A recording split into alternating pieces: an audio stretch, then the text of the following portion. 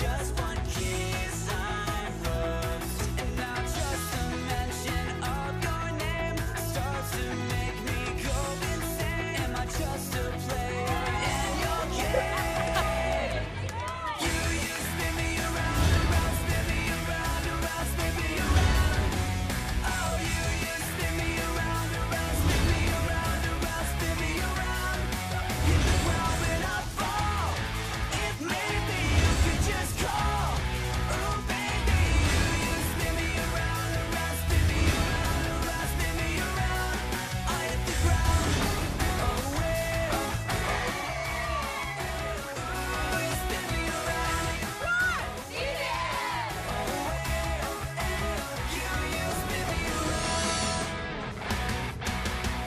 Magandang hapon, Pilipinas. Mula po dito sa Philoil Flying V Center sa lungsod ng San Juan. Kahit nasa gimikan kayo o nasa inyong mga tahanan, samahan niyo kaming manood at tunghayan ang pinakamauhusay na volleyball player sa buong Pilipinas dito lang sa Open Conference ng Premier Volleyball League. Hatid sa inyo ng ABS-CBN Sports at live na live po tayo sa SNA Channel 23, SNA HD Channel 166, The Filipino Channel at sa #1 sports website sa buong Pilipinas, sports.abs-cbn.com. Ito po ang ating mga laban ngayong Sabado ng hapon. Ang Water Defenders susubukan makabawi pagkatapos matalo ng 5 sets.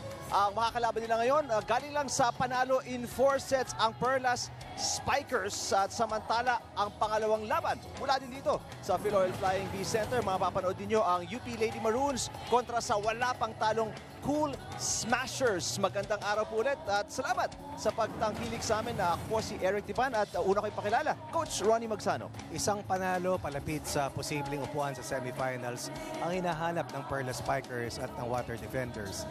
Para sa Perlas Spikers, first winning streak kung sakaling makuha nila itong panalang to. Para naman sa Water Defenders, isang bounce back win kung sakasakali dahil galing nga sila sa pagkatalo sa huli nilang laban. At para makakompleto ang ating panel, ipakilala ko po sa inyo si Pauline Verzosa.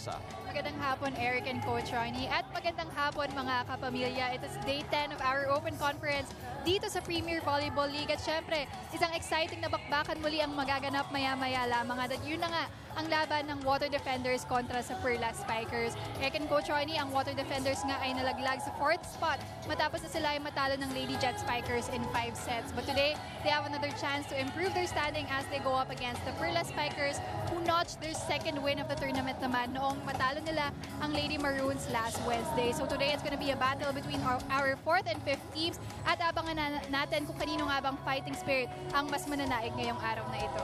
Tingnan natin yung ating team standings para magkaroon kayo na mas magandang idea kung nasaan na yung mga paborito nyong koponan dahil ilan na lang ang nalalabing laro dito sa ating elimination round. Pwede nating masabi tayo ay nalalapit na sa home stretch ng ating elimination round battle. Sa ating 10th play date at sa ating pang-19 na laro, makikita natin na merong 3 teams na halos mayroon ng isang paa na nasa Final Four. Subalit, meron din namang 3 teams sa ilalim na namimiligro ang kinakatayuan at talagang napipintong extinction ang kanilang tinitignan. But right now, the Water Defenders and the Perlas Spikers may chance pa kung sakali umabot sa 4 na panalo. Meron pang ang pagkakataon ng Water Defenders makalima kung sakasakaling mas straight nila yung natitira nilang mga laban. Right now, I believe the magic number is 4 wins. Simply because tig-isang panalo pa lamang yung 3 teams na nasa ilalim. Subalit, maihahalin tulad sa sipaan sa pagitan ng Water Defenders and Perlas Spikers. Itong kanilang pagharap dito sa ating elimination round. Well, 7 games all in all lang kailangan makompleto. Para lang may idea kayo kung ilang games pa yung mga favorite teams. Yung 7 games po all in all kasi 8 teams tayo dito sa ating Open Conference. Ngayon, alam natin, ang dami niyong paboritong players. Siyempre, ang nakikita nyo sila, palaging nag-volleyball lang, naglalaro lang. Ito si Pawi, may kwento sa atin tungkol sa 2 players na hindi lang volleyball ang tinututukan, Pawi. Ano? That's right, Eric. Mga kapamilya, ngayon naman po ay kilalanin natin ang ating featured players for today. They were both former Lady Eagles at bilang na sila ay nakapagtapos na, they are currently facing the real world while still chasing their volleyball dreams. Sino nga ba sila? Panoorin po natin ito.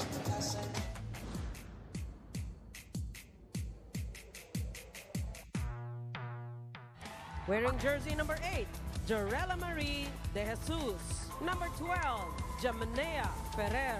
Sa itong Lady Jet Spiker sa atake si De Jesus. From teammates to workmates, Sila ang career-driven at passionate ladies of the Perla Spikers. Triple block kay De Jesus. Sa habol si Pantino. Hindi na makukuha. Ang veteran setter na si Jem Ferrer at si Ella, the Elevator De Jesus. Parehong laking Maynila sina Jem at Ella. At bata pa lang, nakitaan na sila ng potensyal sa volleyball. Nag-start ako ng volleyball nung grade 4 ako sa Hope Christian High School. Nakuha ako, tapos ang coach namin si Coach Jerry. So since grade 4 hanggang 4th year high school, siya yung coach ko. Badminton player talaga ako before ako nag-volleyball. Kahit badminton player ako, siguro mataas na ako tumalon eh. So nakita niya siguro na baka kaya ko maglaro ng volleyball. So syempre maliit ako, di ba? So yun lang ang advantage ko sa ibang spikers. Kaya bawat spike talaga kailangan kong tumalon ng sobra. Kung hindi, lagi lang akong mablock or hindi papasok yung spike ko. Si Jem ay bahagi ng sikat na Fab 5 era ng Ateneo Lady Eagles. Ang lineup na nagdala sa Ateneo sa kanilang first UAAP Finals appearance. Doon pa nag-start na lumaki yung volleyball eh. Dati ang venue ng volleyball sa UP Gym lang, nag-FEU kami, tapos hanggang naging San Juan Arena, tapos naging Araneta, MOA. So parang doon mo nakikita na parang grabe yung suporta rin ng mga tao sa volleyball. Ateneo de Manila, Lady Eagles! Si Ella naman ng Team Besh ay bahagi ng historical first UAAP Women's Volleyball Championship title ng Ateneo. De Jesus, that's the point. Ateneo talaga yung pinili kong school na paglaruan. Kasi gusto ko rin syempre yung quality of education. Reyes, back to Valdez. Valdez. And that's it! Ateneo has done it! They make history! Their first ever UAAP volleyball crown. Syempre yung first championship namin, hindi in-expect ng lahat. At the same time, kami din, lalo unexpected na nag-champion kami. So yun, hindi ko talaga makakalimutan. At kahit tapos na ang kanilang makulay na collegiate career sa UAAP, ay hindi pa rin nila tuluyang maiwan ang paglalaro. Pero this time, hindi na sila student athletes.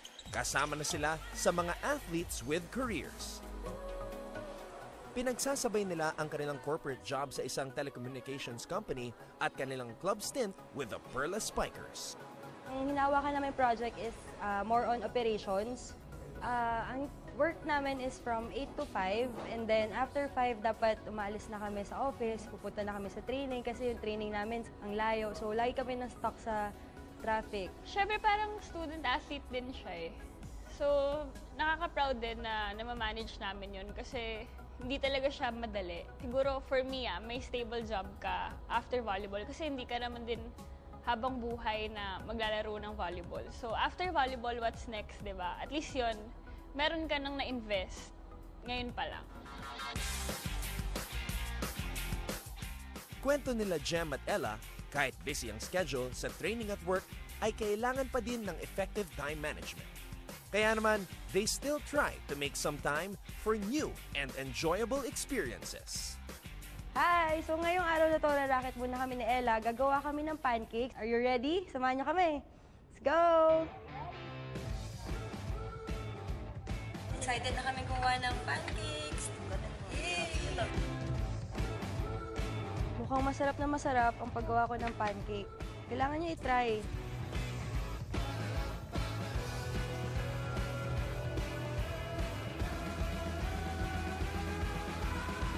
Sobrang nag-enjoy talaga ako sa time namin dito sa Alice. Gumawa kami ng mga pancakes. Yeah, and ito yung reward namin para sa lead namin kasi ang haba ng training namin, so kailangan natin minsan ng matamis sa ating buhay. Yeah.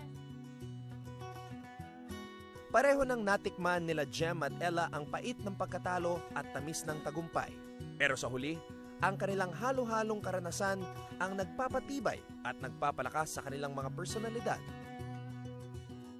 At patuloy pa rin ang kanilang pagsusumikap para sa mas masarap na bukas. For this conference, nag-focus kami more on our defense. Tapos kailangan lang namin matuto na mag-convert into points. Well, every training naman, lagi namin ginagawa yung best namin. And lagi lang kaming naglalaro as a team. Manalo-matalo, 1 lang kami.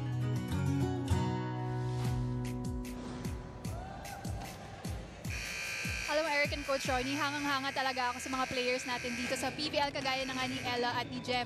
Kasi syempre, hindi lamang work at training yung binabalance nila. May kasama pang personal life doon. May negosyo eh. Oh. Diba? Talk about foresight, talk about planning for the future. Alam mo yung pagtatapos lang nila ng degree nila, napakalaking bagay na yon. And then, they continue to live their dreams of playing the sport. And at the same time, invest in the best business that they believe in. Tapos may corporate jobs pa itong ating dalawang mahusay na manlalaro mula sa Ateneo. That's right. So, mga kapamilya, if you want to join in the conversation here in the Premier Volleyball League, please do send us your thoughts and comments on our social media accounts. For Twitter, that's at ABS-CBN Sports. Gamitin niyo po ang hashtag na PBL on ABS-CBN. And please do check out our newest Facebook page. That's at Premier Volleyball League. So, paki-like na po yan, share at follow. And of course, for exclusive photos, check out our Instagram page. That's at ABS-CBN_sports. And for exclusive news and updates on all things PBL, don't forget to log on the country's #1 sports website, sports.abs-cbn.com. At syempre, hindi po mawawala ang ating Ronda Cam mamaya kung saan makakapagtanong ang ating mga manonood dito ng kanilang mga tanong sa kanilang favorite players and our mobile photo booth inside the San Juan Arena. So, abangan po ninyo yan. Ito, yung mobile photo booth nasa labas. Minsan nasa loob din yan, ano? Yes. Pumapasok din yan. Inside, outside. Yan, Exactly. Rick. Anywhere you are, dadali namin sa inyo. Yung Parang birthday mo yan, Rick. Inside, outside. Ang celebration. Hanggang ngayon, ano? Oh, Yes. Salamat, salamat. Okay, samahan niyo po kami pagbalik natin ulit dito. Magbe-break lang po tayo ng sandali dahil pag-uusapan natin yung huling laban ng Water Defenders yung linggo po to last week kung saan natalo sila in 5 sets. Diyan lang po kayo sa SNA.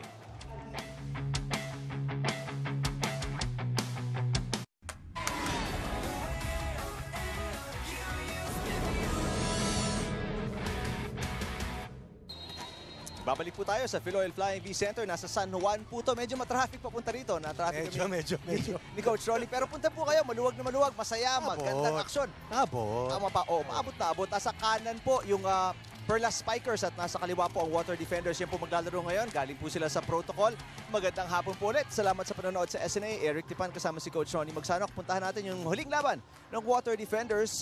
Up and down tong team na to. Galing lang sa talo to, Coach Ronnie. Ano? At syempre masakit nga to para sa kanila dahil naghahabol sila makaakyat sa semifinals ng ating elimination round ditong Open Conference. Sa unang 4 na laro ng Water Defenders, talo, panalo, talo, panalo. Panalo, talo, panalo, talo. Ang kanilang tinahak na landas. This is a team that has made it to the semifinals V-League.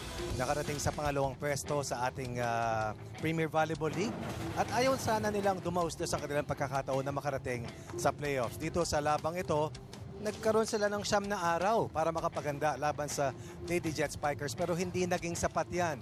Nakuha nila yung unang set, subalit na ipanalo naman ng Lady Jet Spikers ang second and third sets. Sa pang-apat na set sila ay nakatabla, but in the fifth set it was 11-3 right away para sa Lady Jet Spikers. Biggest difference maker para sa Lady Jet Spikers ay itong si Del Palomata, who helped out 4 other players scoring double figures, samantalang para naman dito sa Water Defenders, kinapos yung tig 17 puntos ng 3 players dahil naibaba ng gusto yung efficiency rate ng isa sa pinakamahusay na scorer sa spiker sa ating competition na si Gretzel Soltones. Well, kung may makikita sila doon na silver lining dahil nga nabanggit mo, Coach Ronnie, 4 na players naka-double digits para sa Water Defenders sa talong yon. Yung setting, puntahan natin yung trabahong ginawa ni Jasmine Nabor. Napakaganda for her team. 65 out of the 66 running sets, excellent running sets, nagawa ng dating Lady Bulldog. Nahirang na top setter sa ating V-League. Napili rin na finals MVP sa kanilang pagkapanalo nung siya ay naglalaro pa para sa National University Lady Bulldogs. And in the previous conference alone, she was also acknowledged as the top setter sa ating reinforced conference. The driver of the engine ng opensa ni Coach Roger Gurayev. Inaasahan nila na itong best scoring setter at isa sa pinakamahusay na playmakers ay mananatili sa kanyang consistency, tataas ang kanyang efficiency at higit sa lahat, yung composure na tinatawag ay mapapanatili nitong si Jasmine Nabor. From a spiker to a setter, she has really fortified the offense ng Water Defenders. Only thing missing right now is a title talking about the Water Defenders dahil sa kanilang 3 kampanya bilang water defenders, hindi pa po sila nakakakuha ng isang kampyonato. Well, nabanggit mo nga, Coach Ronnie, no? Converted spiker to setter to si Jasmine Nabor, pero nagsasucceed, gumagaling, humuhusay each and every game, each and every conference. Alamin natin yung feeling niya na nagsasucceed siya sa bago niyang posisyon. Nakausap kanina ni Pawi si Jasmine Nabor. So Jasmine, as someone who started out as a converted setter, ngayon number 2 ka na in terms of statistics. Can you tell us ano nga ba yung sikreto mo? Siguro po yung masasabi kong secret is yung pagiging go hard ko po every training, tapos yung palagi lang po ako nakikinig sa mga coaches ko and sa teammates ko. Alright, so as of now, ang Water Defenders ay may 2 wins and 2 losses. Ano nga ba yung kailangan gawin ng team para ma-improve yung standing nyo today? Dapat po hindi po mawala yung communication namin sa loob ng court, tsaka po yung pagiging leader namin sa pagiging leader ng bawat isa, tsaka po yung less error. Alright, thank you so much, Jasmine, and good luck in your game later. Back to you, Eric and Coach Ronnie. Well, secret to her success, sabi niya, nakikinig sa coach. Number 1. Good answer, good answer. Good answer. Alam mo, si Jasmine hindi lang mahusay na playmaker. Siya rin ang numero 1 nating malalaro in terms of service aces so far sa ating competition. At para naman makakuha ng panalo pa dito, sabi niya, lessen their errors, Coach Ronnie, dahil isa sa mga nakakapagbigay ng problema sa kanila yon. Totoo yan. Yun ang malaking dahilan kung bakit nakabalik din ng gusto ang Jet Spikers sa panalo nila laban sa team nila Gretzel Soltones. Kaya nga, lessen their errors and perhaps also solve kung paano yung net defense ng kalaban dahil doon talaga naging malaking susi kung bakit hindi sila nakalusot sa team ng Philippine Air Force. Puntahan naman natin yung huling laro ng Perlas Lady Spikers kung saan nakakuha sila ng panalo. Pero under 500 pa rin po sila, 2 wins, 3 losses. Pero ito, malaki to dahil nakapaghatid sa kanila ng konting kumpiyansa papasok sa final 2 games para sa kanilang koponan. Dahil nasabi nga po namin na 7 games ang kukumplituhin ng koponan na ito. Ang panalo niyan galing sa dating team ng dalawa sa highest scorers ng Perlas Lady Spikers sa UP Lady Fighting Maroons. Itong Perlas Spikers ay tanging isa sa dalawang mga koponan na hindi po nakatawid sa semifinal sa ating unang conference ng Premier Volleyball League. Meaning, dito sa ating kasalukuyang Open Conference, gusto sana nila makapasok sa semifinals. Unfortunately, para sa Lady Maroons, ang nagpaluha sa kanila sa pagkatalo laban sa Perlas Spikers, yun dati nilang teammates. Nicole Chamson and of course, Kat Bersola, combining with the likes of Ella De Jesus and Jem Ferrer to help out the Perlas Spikers eke out a 4-set win laban sa Lady Maroons. Para dito sa team nila Ella De Jesus, 4 sila na pumalo sa 57 points. 15 kay Nicole Chamson, 14 kay Kat Bersola, and of course 13 kay Sue Roses, aided by the 15 ni Ella De Jesus. Para naman sa UP, Isa Molde and of course Todd Carlos continues to play well, accounting for 42 of the 92 points.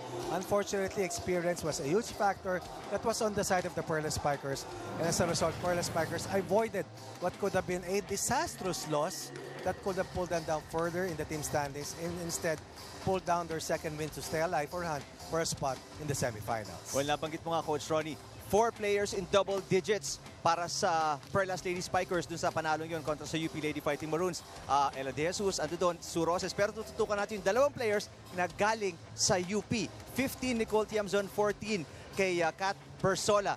At si Kat Bersola, ang laki pa na itinulong niya sa blocking nung laban na yun. Coach Ronnie, talagang ganado sila kontra sa kanilang former team. Parang bittersweet yung panalong yun dahil siyempre nalungkot din sila dahil yung mga bagets sa UP ay kanilang tinalo. Pero a job's a job. And right now, the job para kila Bersola at Chamson ay tulungan ng Perlas Spikers parating sa semifinals. Kat Bersola, former best blocker sa V-League, former best blocker sa UAP. Siya ang namuno sa net defense para dito sa team ng Perlas Spikers, accounting for, I believe, 4, which is a team high in blocks dun sa panalo laban sa UP.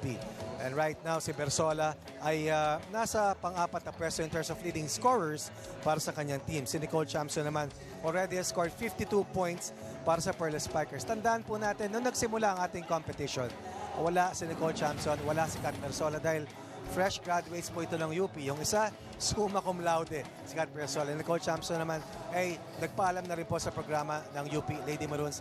Both are fresh graduates looking for a fresh start with the Perlas Spikers. Well, speaking of the summa cum laude, Coach Ronnie, nakausap ni Pawi Versosa kanina itong summa cum laude ng si Kat Bersola. At inalam niya kung anong feeling na makalaro yung dati niyang koponan at ano ang kailangan nilang gawin para manalo kontra sa Water Defenders. Pakinggan natin to. So Kat, can you tell us what was it like going up against your former team and coaching staff in the Lady Maroons? It was exciting. Actually, I was looking forward to it. Parang nung nalaman kong sasali sila, I really wanted to go up against them. Parang makita lang kung how they're doing now and ano yung improvements nila from compared to last season nung nandun pa kami. Masaya rin kasi na-test din ako and yung other teammates ko kasi they were a solid team. Alright, so for today's game, what do you think your team needs to do in order to secure another win against the Water Defenders? I think we just have to be consistent and bawas-bawasan yung errors namin compared to before and show our maturity as a team. Alright, thank you so much, Kat, and good luck in your game later. Back to you, Eric and Coach Ronnie. Excited to go up against her old team, Coach Ronnie. At nakita ko naman social media, hindi ko lang sure kung same night yun, pero parang nag-dinner din naman sila, Kat Versola at si Nicole Tiamzon after talunin ng Perlas ang UP. Ganyan talaga ang buhay kasama ng Eric eh. Dating makasama mo, kinabukasan makakalaban mo. But the most important part is you continue to remain as friends and treat each other as family. Alright, exciting po itong laban na to. Yung isang koponan, 2-2. Ang Water Defenders po yun. Ang Perlas, 2-3 sa ating standings. Samahan niyo po kami sa Twitter at ABS-CBN Sports. Itag niyo po at gamitin ang hashtag na PBL on ABS-CBN. Kabisado niyo yan. At ipa-number 1 niyo po ulit tayo. Ipa-trend niyo po ulit yung hashtag na yan sa Instagram at ABS-CBN_sports. At bagong-bago, fresh na fresh, i-like niyo po ang ating Facebook fan page at may @ po at Premier Volleyball League. At pupunta rin po kayo kung gusto niyo manood online. Kung lalabas kayo, gigimik ngayong Sabado ng hapon, sports.abs-cbn.com/livestream/PVL or premiervolleyballleague.com. Si DJ Jams po ang kasama natin sa tugtugan mula dito sa Philoil Flying V Center. Samahan niyo po kami sa set number 1. Pagitan ng Water Defenders at Perlas Ladies Spikers. Susunod na po lahat yan dito lang sa SNA.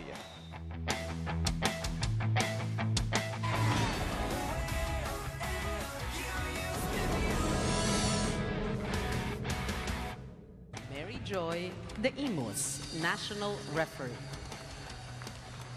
Second referee, Mr. Erlindo Eusebio, National Referee.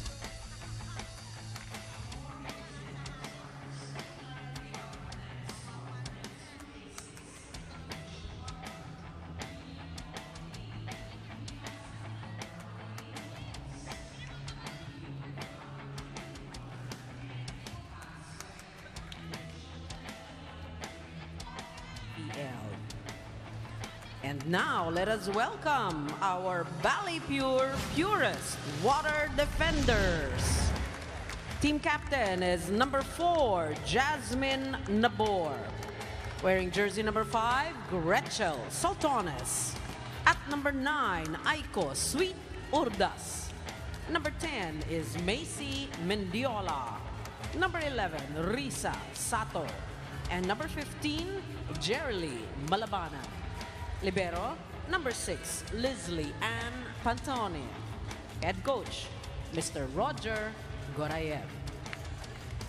Presenting our Bangko Perlas Spikers. Team captain is number 3, Suzanne Roses.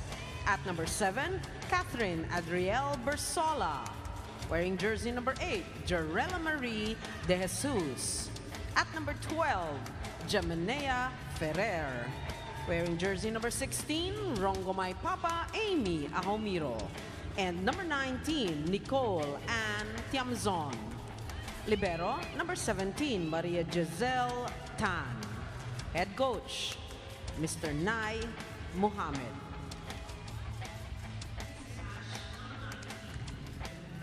Wala pong pagbabago sa starting 6 ng Water Defenders. Coach Roger Gorayev, parehong-pareho ang ipapasok niya sa simula ng laban na to. Kahit galing sila sa talo, gusto niya the same people moving forward sa ating open conference. Ganun din naman para kay Coach Nai Muhammad. Coach Ronnie, isa rin ang starting lineup si Jem Ferrer ang magiging setup niya dito at mukhang nagsistick siya. Last game si Jem Ferrer din, si Chang Ancheta off the bench para sa Lady Spikers ng Perlas. Ang nawala sa rotation para sa Perlas Spikers ay si Amanda Villanueva at si Amy Ahumiro. At marahil that is just tweaking the lineup to gain better results dahil initially wala si Bersola at hindi pa rin nakakapagpalit ni Coach Chamson sa mga unang laro nila. Nag-produce consecutive wins para sa Perlas Spikers. Sa kabilang panig naman, ay unti-unting gumanda ang laro nitong si Ike Rodas, and perhaps itong si Mason Minjola, of course, offers that size and that presence in the middle kung kaya't siya ngayon ang siyang naatasang magsimula para kay Coach Roger Gorayev. Unang punto sa labang ito, kinuha ng Perlas Spikers on that running attack. Well, ang Water Defenders, Coach Ronnie, pagkatapos ng napakagandang showing nila doon sa ating reinforced conference, dito medyo struggling. Nabanggit mo nga, on and off, up and down ang kanilang paglalakbay sa open conference. Susubukan nilang baka balik na naman sa winning form kontra sa Perlas dito. Habang paubos na, patapos na ang ating elimination round. Alam mo, Rick, pag naunahan ka talaga ng talo sa umpisa, napakahirap eh. I believe they had an early winning streak in the previous reinforced competition. Pero dito, unang laro nila, natalo agad sila at sila'y dumapa laban sa Power Smashers. And I think that hurt their confidence quite early. At sabi nga natin, talo panalo in the first 4 matches. Right now, that has put them in a precarious situation. Kumbaga, mabula yung kanilang kinalalagyan. As they stand on shaking ground, they're looking for an important victory. Pero sa ngayon, slow start para sa kanila. 3-point lead, hawak nila Jemfer. Nasabi mo na nga, precarious, Coach Ronnie. Talagang precarious ngayon 4-0 para sa Perlas dahil sa katutak na errors ng Water Defenders. Puntahan natin itong report ni Pawi Verzosa. Eric and Coach Ronnie, kanina nga nakausap ko si Jasmine Abor ng Water Defenders at nabanggit niya na compared nga to the reinforced conference, her team now is definitely not off to a good start and is currently experiencing some turbulence. Nakwento nga ni Jasmine na kinonfront pa nga daw sila ni Coach Roger Gorayev at tinanong kung bakit daw naging off yung laro ng team sa loob ng court. Akala pa nga daw ni Coach Roger na baka lumalaki na yung ulo ng mga girls. Pero nilinaw ito ni Jasmine at sinabing mas mabigat lang daw yung load nila this conference. Lalo na't nagsimula na ang school year ng ilan sa kanila. So as of now, pinagsasabay nga nila yung training nila with Water Defenders, their respective collegiate teams, as well as their academic life. Pero sabi nga ni Jasmine that as of their last game, napag-usapan na ng girls that they're gonna put a stop to their losing culture and bring back the fire. Eric and Coach Ronnie? Dumulo rito. Diba? Dumudulo ka rito Sino open? Si Aiko, Coach, pag ganun. Huwag kang dumulo. Kaya mo si Aiko rito. Huwag kang dumulo rito. Pag nireceive mo, sino nga open? Tagal-tagal na natin ginagawa yan, Gretz. Kinalimutan nyo na. Tara. Sige na. Well, talagang hindi maganda yung simula dito ng Water Defenders. Na didinig mo sa tono ng boses ni Coach Roger Gorayev. Parang rinding-rindi siya dahil old errors nagbabalik para sa kanyang mga players, including one of his best players, si Gretchen Soltones, na pagsabihan nga doon. At konting adjustment agad, Coach Ronnie, pinasok si Jel Cayuna ni Coach Gorayev. Nilabas agad yung kanyang starting setter na si Jasmine Abor dahil kagulo na nga yung opensa ng kanyang koponan. Yun yung unang senyales na alam mo hindi naging masaya si Coach Roger sa kanilang mabagal na simula. Pero seldom do you find him replacing Jasmine Abor. Kadalasan, minsan tatawag ng timeout o magpapalit ng spiker, but never a playmaker. But he has already made the decision. He pulled the trigger and they scored their first point. They're still down by 4 at 5-1 on this Soltones serve. One-handed set para kay Ferrer at si Kathy Bersola. Tinapos agad yun 6-1 para sa Perlas dito sa first set. Tinitignan ko yung mga achievements ni Jem Ferrer as a top setter. Ay, magaling. At 4 na sunod-sunod. Grabe. 4 na sunod-sunod as best setter. Tapos may sumunod pa na 3 pa. Pagkatapos, sa UAP 3 rin. Decorated, highly decorated yan, Coach. Bago pumasok sila Gia Morado, sila Kim Fajardo, together with Janet Serafica, they lorded it over as the best playmakers. Of course, kasama dyan, huwag kakalimutan si Tina Salak. Yes. Who represented the country for a long time playing for the national team. Jerry Lee Malabanan. Off speed, kinaliwa ni Ahumiro. Urdas, sinet para kay Malabanan. Malabanan outside. 3 unforced errors kay Jerry Lee Malabanan pa lang at it's a 7-point lead para sa Perlas kontra sa Water Defenders dito sa first set.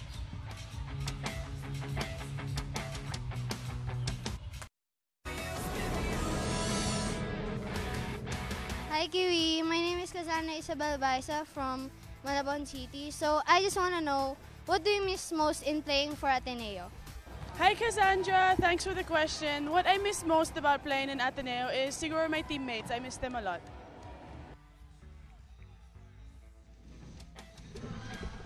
Ayun, si Cassandra. May tanong siya kay Amy. Miss na miss niya na daw yung mga teammates niya, sabi ni Amy.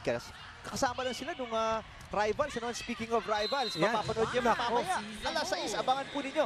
Yung mga nanonood sa SNA, mapapanood niyo ang rivals. Pero yung mga nanonood online, ang mapapanood nyo ay yung ating second game. So parang meron po tayong 6 na oras mahigit ng pure volleyball. Saksakan ng siksik na maaksyong volleyball.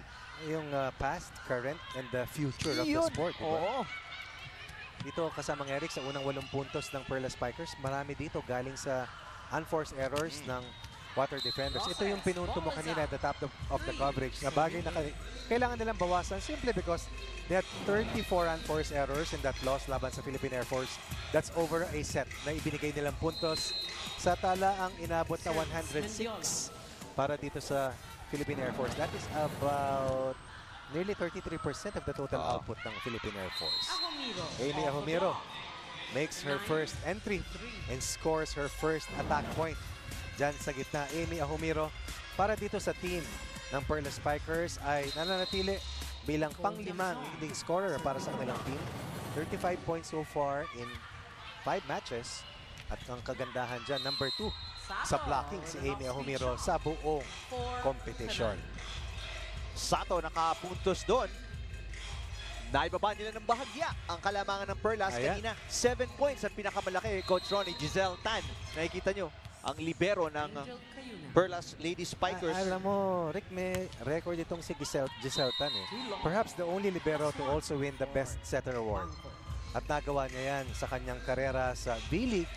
At ngayon, balik bilang defensive specialist ang younger sister ni Bea Tan. Parehong tubong USLS mula sa Bacolod.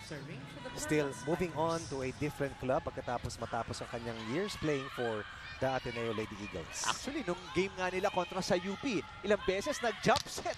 Itong si Giselle Tan. Galing pumasa niya. Labas niya pa yung pagka-setter niya. Paminsan-minsan pag nagkakaroon ng pagkakataon. Pero ito, Ella De Jesus, hindi nakapuntos.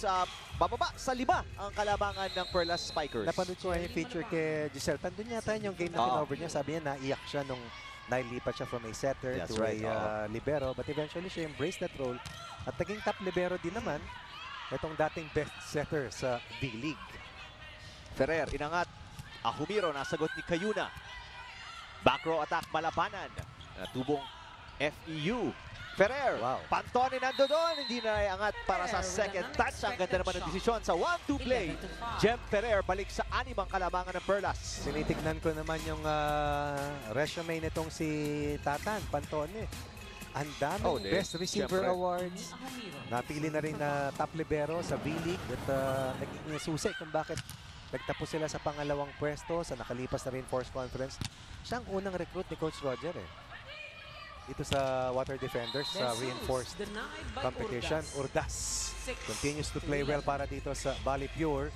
Etong si Urdas, kung di ako nagkakamali, ay pangatlong leading scorer para dito sa team ng Water Defenders. 73 points. O make that 57 points in 4 matches so far. Mataas-taas na scoring average yun, Good coverage para kay De Jesus. Bibigyan ulit siya ng pagkakataon dito. Ando doon si Malabanan. Hahabol si Sato. Free ball para sa Perlas Lady Spikers. Ferrer. Block ni Saltones. At eto na. Umaarangkada ang Water Defenders. Kinakailangan talaga dahil mas kumpiyansado ang Perlas Spikers. Yung galing sila sa panalo. That was a good kill block. Good block point coming from Gretzel Saltones. Bantayado opensa, pumuntos dahil sa kanyang depensa, 4 na lamang ang kanilang gustong habulin. Ordaz, yes! Galing sa 17 puntos na output si Aiko Sweet Ordaz at ibababa nila sa 3 na lang, Coach Ronnie, pagkatapos silang mabaon ng 7 kanina. Nabigat na comeback ito after being down by 8-1. Since that time, only 3 points ang nakuha ng Perla Spikers in the last 10 rallies at paindak-indak sila Jorel. Yun ang nakakatulong sa scoring Mga sayaw na gano'n. Ay, yun nga lang, depensa na wala para sa Water Defenders. Balik sa 4 ang kalamangan ng Perlas. Second leading scorer so far for the Perla Spikers. These are the 2 youngest players in the roster. Talking about Kat Bersola and Nicole Chamson. Fresh graduates injecting new blood. Hoping that somehow this can help them reach the playoffs. Something that they were not able to do sa previous conference na kanilang unang conference as a team ng Perla Spikers. Bersola na block, naitapik ni Tiamzon. Patawid sa net, Soltones papalo. Ganda sana ng pancake save ni Giselle Tan pero hindi na nakuha ng second touch ni De Jesus. Kita mo naman what does Giselle Tan offer even after committing that mistake? A second setter. What does Ella De Jesus bring to the table? A secondary libero. Dahil from a libero back to a spiker, continues to be a good defensive player itong si Ella De Jesus. Good block coming from Mendiola. Pero good coverage din para kay Giselle Tan. Si Giselle Tan parang naaamoy niya kung saan babagsak yung bola. Kuha na niya. Marunong magbasa talaga ng floor. Alam niya kung saan ang kailangan niyang protektahan. Pero si Soltones pupuntos. 2 na lang ang hinahabol ng Water Defenders. Again, pagkatapos mabaon ng 7, 8-1. Maaga dito sa first set. They're doing this with Jasmine Nabor seated on the bench and Kayuna helping out their playmaking. Pero Chamson ang laging may hawak ng pamatay sunog. Pero Coach Ronnie Nicole Tiamzon, ang ganda ng inangat ng laro niya pagkatapos sa kolehiyo, pagpasok sa Premier Ang Volleyball dami League. nila Si Jerry Malabanan nga, may playing year pa to sa FEU. Diba ang laki ng itinaas ng laro. Si Alex Cabanos. Isa pa yun, Para sa Cool Smashers in the previous conference. Parang nagbo-blossom sila rito. Dito, no? I don't really understand or really know the reason behind. But we're glad for them and for their respective clubs dahil ang gagaling ng mga kalaban, yet they're playing better compared to how they perform. Much better. In the UAP, Ang laki ng inangat. Consistent double scorer. Diba? Itong si Nicole Tiamzon dito sa ating open conference. Sue Roses pupuntos doon. Binabalik na naman ng Perlas ang kanilang kalabangan. Inangat sa 5 ulit. Si Sue Roses naman, chinecheck ko kanina yung resume niya. Grabe.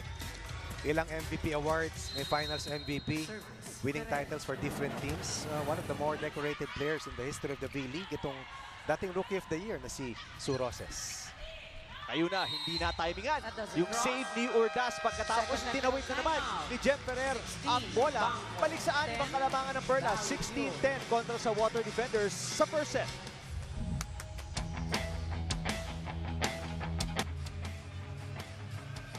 Nagbabalik tayo sa Philoil Flying V Center para sa unang laban ngayong Sabado ng hapon.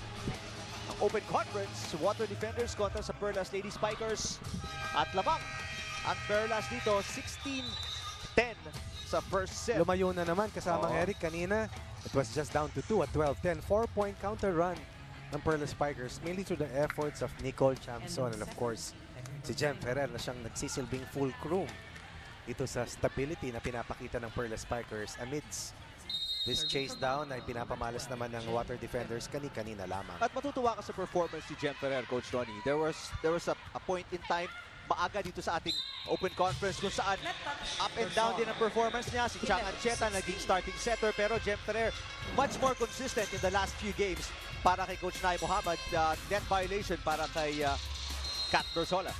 Ito yung sinasabi mo kasamang Eric. Kasi very mature when you talk about the wisdom in her game. Pati yung mindset, makikita mo naman sa demeanor niya, sa pagkitungo sa mga kasama niya.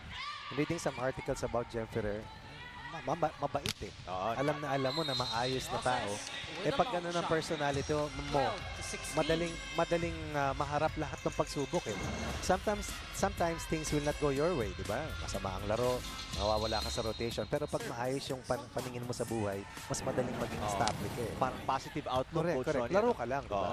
Trabaho na to sa kanila Parang nangyayari, may corporate job ka na, meron ka pang another source of income, and at the same time, you continue to play the sport that you love so much. Kat Bersola pupuntos. 5-point lead para sa Perlas Lady Spikers dito. Coach Ronnie, masasabi mo bang kontrolado ng Perlas itong first set kontra sa Water Defenders? Kahit na may mga points dito sa first set, humahabol sila.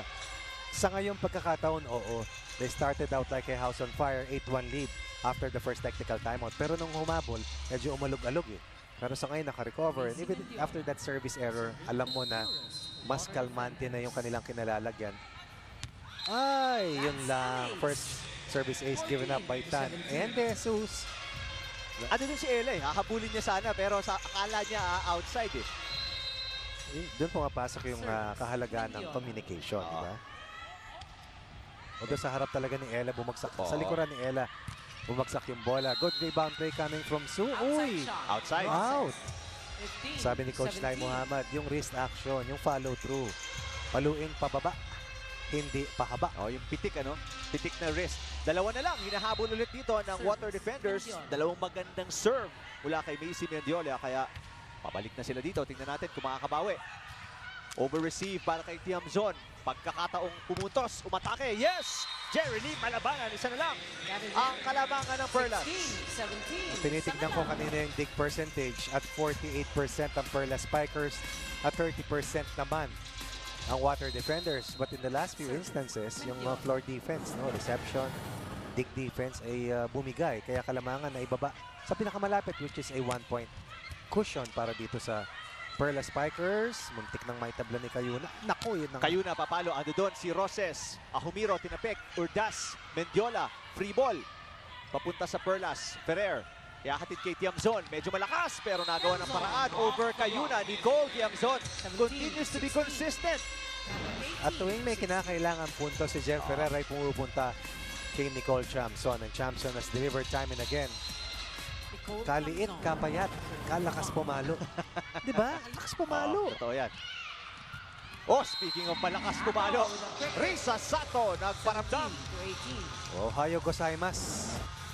And Risa Sato says domo arigato dito kay Kayuna. Named as the top middle blocker dun sa ating nakalipas na reinforced conference. She's also one of the players na we're talking about who has blossomed, has come into her own. Totoo yan. A former national player. Ngayon, tignan natin kung mas marami na ba siyang Tagalog words na kayang sabihin.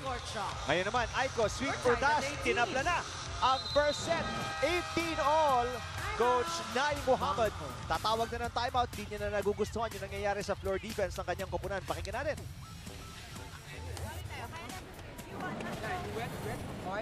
Ball no. Let's go. Mini. Ball easy. Ball free ball you lose. Two 3 point. Okay. Let's go. Bronco. Perlas.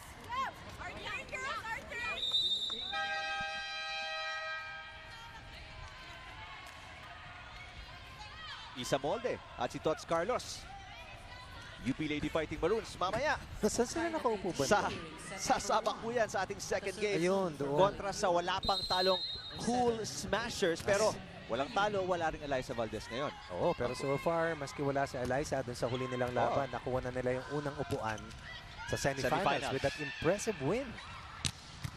Wow, Urdas, pero napakagandang dig para kay Jem Ferrer. 18 all. Lalabang ba dito ang Water Defenders? Hindi po! Balik sa kalamangan ang Perlas block ni Ahumiro para mag 19-18 ang ating talaan. Problemado ang kanilang floor defense. Hindi pwedeng sumabay ang kanilang net defense sa pagsadsad ng kanilang kabuong depensa. And Ahumiro helps out. Getting that block point. Pangalawa sa leading blocker sa ating open conference. But Urdas once again. Urdas versus Chamson. Ito ang matchup natin nakikita so far sa ating unang set as Gretzel Soltones has been contained by the defense of the Perlas Spikers. Philip Soltones is a 75-point scorer so far in the first 4 games. Halos 20 kada laro para dito sa Lady Beast ng San Sebastian. Ahumiro, naiangat ni Urdas. Oops! Double contact para kay Jel Kayuna, ang itatawag ng ating first referee na si Joy De Imus. Tataka si Coach Roger Goriev. Hindi naman daw umikot yung bola, sabi niya. Pero yung serve outside para kay Ahumiro. Kaya tied na naman tayo at 20, Coach. Maganda-ganda, dikit na dikit na first set. Ang Perlas Spikers in their last win had a total of 28 unforced errors as well compared to 32 para sa UP. Versola, yes! Ahumiro, Versola, pupuntos dyan para kay Jem Ferrer. That was off middle, away from the blockers. Excellent play called by Jem Ferrer. Still a 1-point lead para sa Perlas Spikers. Akala natin tuloy-tuloy na ito. Lumamang sila ng 7, no? Ay balik nila muli sa limat, 15-10. Ayuna, hinatid kay Soltones. Ado doon si Bersola. Soltones, turn back. At tandaan natin, 22, Kathy 20. Bersola, isa sa mga leaders sa blocking. 5 blocks kay Bersola doon sa panalo nila Alright. kontra sa UP. Number 9 ito sa ating hanay ng ating top 10 blockers so far. Timeout ang Water Defenders. Pakinggan natin. Minsan-minsan gagamit din tayo ng ano natin eh. Magandang desisyon natin. Wala na mautak yung braso natin eh. Nandun sa ulo natin yan eh. Dalawa lang yan lamang na yan. Pagka huwag mo masyadong itirik ng mataas na mataas yung bola para hindi makapwesto yung block. Tapos ikaw, kung nasaan yung quicker, sundan mo. Eh nandun ka lang lagi sa gitna. Yung quicker mo nandito na sa kanan, pero ikaw nasa gitna pa rin. Anong mangyayari niyan, di ba? Well, nahabol kanina ng Water Defenders yung 7-point deficit. 18 all. Oh, naitabla nila. Ngayon, dalawa lang. May kumpiyansa si Coach Roger Goreev na may babalik to ng kanyang kupunan. Konting repositioning, paalala sa kanyang mga players, Coach Ronnie. Lalong-lalo na kung paano yung pagpasa. Some reminders para kay Cayuna, of course, pero pati rin sa kanilang net defense, specific to Macy Mendiola. Ayun na nga. Good first ball, and then going down the line, itong si Aiko Ordaz, lead down to 1. Pero paalala natin sa mga manonood, inilabas ng maaga si Jasmine Nabor at si Jel Cayuna ang naghatid ng mas magandang opensa para sa Water Defenders na makabalik sila dito sa first set, Coach Ronnie. Totoo yan. Jasmine Nabor has been a spectator after the 5th point ng ating unang set. Pero sa kanya naman, I'm sure all she wants is to help her team win, either sa loob o kung saan man siya ilagay ni Coach Roger Goreev. Jamzon, tapik. Inangat ni Ordaz. Cayuna, iahatid kay Soltones. Yes! Gretzel Soltones. 2 straight points para sa Water Defenders. Tabla na naman tayo at 22 all. Cayuna heeding the call of Coach Roger Goreev. Huwag mo masyadong itaas para hindi makapwesto yung mga blockers. And that was enough para kay Gretzel Soltones na maunang pumalo kaysa makaset yung double block. Ferrer. Tiamzon. Good up. Tawag nga ng mga players para kay Pantone. Free ball para sa Perlas. Bersola, mababa yung set. Lalamang for the first time sa first set ang Water Defenders 23-22. Key timeout called by Coach Roger Goreev earlier. 3 straight points para sa kanila. Unang tikim ng kalamangan. Hugot naman ng isang timeout agad si Coach Nay Muhammad. 1 point lang, 1 point lang. Sige lang kumakagat pa rin sa akin. First to 25 then. Let's go. Let's go. Kapit na. What's up?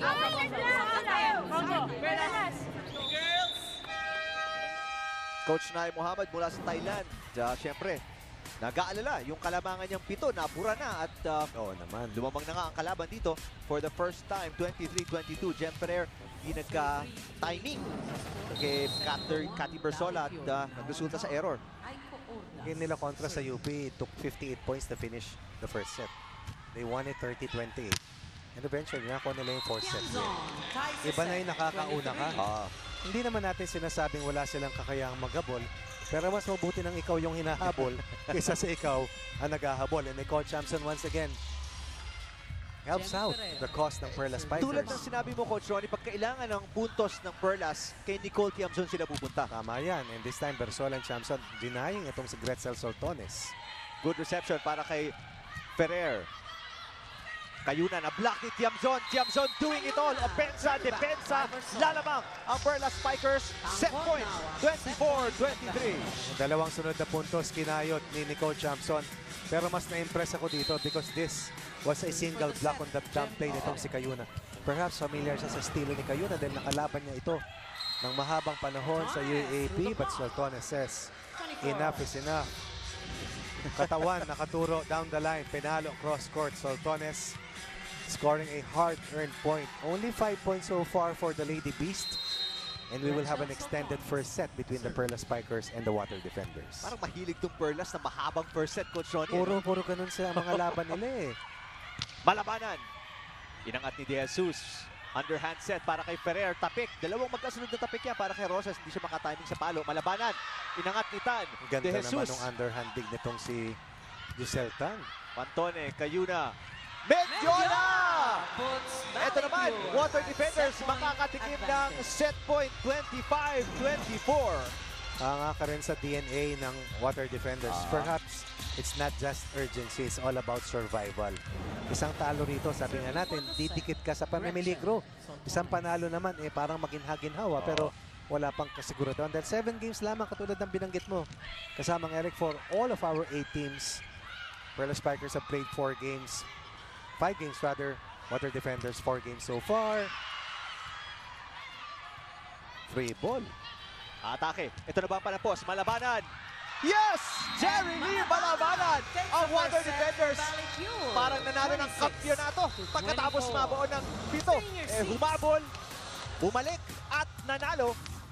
Ang daming errors, Coach Ronnie, pero kahit pa paano naibalik nila lahat. Ano? Nakita ko yung hingal ni Jerry Malabanan, ni Gretzel Soltones, ni Macy Menjola, ni Ay Cordas, pero sulit na sulit. Yung ginawa nitong si Cayuna sa pagtulong sa water defenders in that come from behind first set win.